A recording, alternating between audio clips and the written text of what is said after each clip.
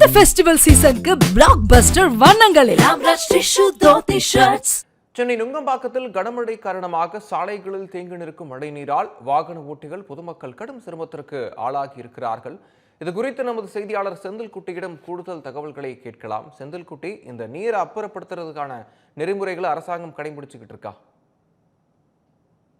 வங்கக்கடலில் உருவாகி இருக்கக்கூடிய அந்த பெஞ்சல் புயல் காரணமாக அதன் தாக்கத்தினால் இன்று மாலை தான் அந்த புயல் கரையை கடக்க இருக்கிறது. இந்த நிலையில் நேற்று இரவு முதலே மழை கனமழையாக அந்த மாநகரின் முக்கியமான பகுதிகளில் பெய்து வருகிறது.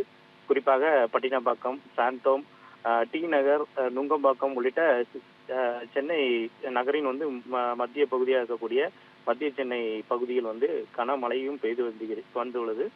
தற்போது இதன் காரணமாக நுங்கம்பாக்கம் நெடுஞ்சாலை, அதே போல மகாத்மா காந்தி சாலை உள்ளிட்ட சாலைகள்ல கடுமையான போக்குவரத்து நெரிசல் ஏற்பட்டிருக்கிறது. மழை கனமழையாக பெய்த நிலையில் தற்போது மழை சற்று விட்டிருக்கிறது. ஆனாலும் தண்ணீர் மழைநீர் பெருக்கெடுத்து ஆறு போல ஓடக்கூடிய காட்சிகளை நாம் பார்க்க முடிகிறது. இதன் காரணமாக அந்த பகுதிகளில், அதாவது நுங்கம்பாக்கம் நெடுஞ்சாலையில் உள்ள முக்கியமான வணிக நிறுவனங்கள் எல்லாம் தற்போது அடைக்கப்பட்டிருக்கிறது.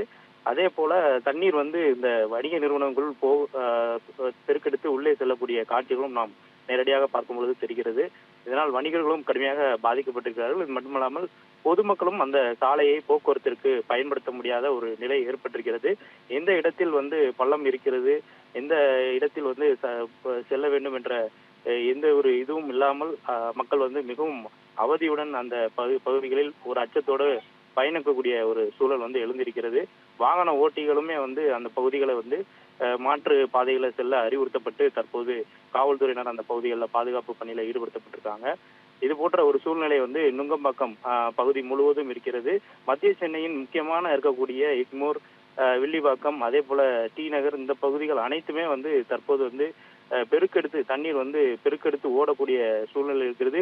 வீடுகளுக்குள் இன்று மாலைக்குள் அதிக கனமழை பெய்ய வாய்ப்பு இருப்பதாக வானிலை ஆய்வு மையம் ஏற்கனவே தெரிவிப்பதன் காரணமாக அது போன்ற ஒரு சூழ்நிலை, அதை வீடுகளுக்குள் தண்ணீர் போகக்கூடிய ஒரு சூழலும் ஏற்பட்டிருக்கிறது. இதனால் மக்கள் அதிக அளவில் அச்சத்துடன் வெளியில் பார்க்கக்கூடிய ஒரு சூழலும் நாம் அங்கு காண முடிந்தது.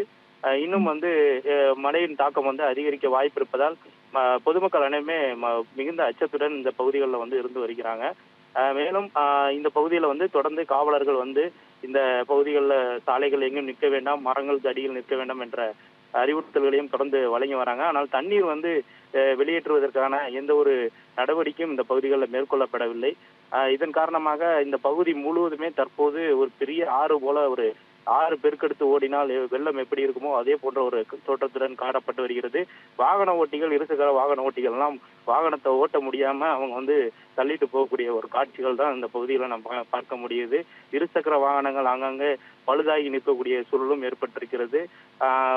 ஆங்காங்கே தேசிய பேரிடர் மீட்பு குழுவினரும் மாநில பேரிடர் மீட்பு குழுவினரும் ஆங்காங்கே இந்த வாகனங்களை மீட்கிறது, இந்த பகுதி பணிகளில் ஈடுபடுத்தப்பட்டிருக்காங்க.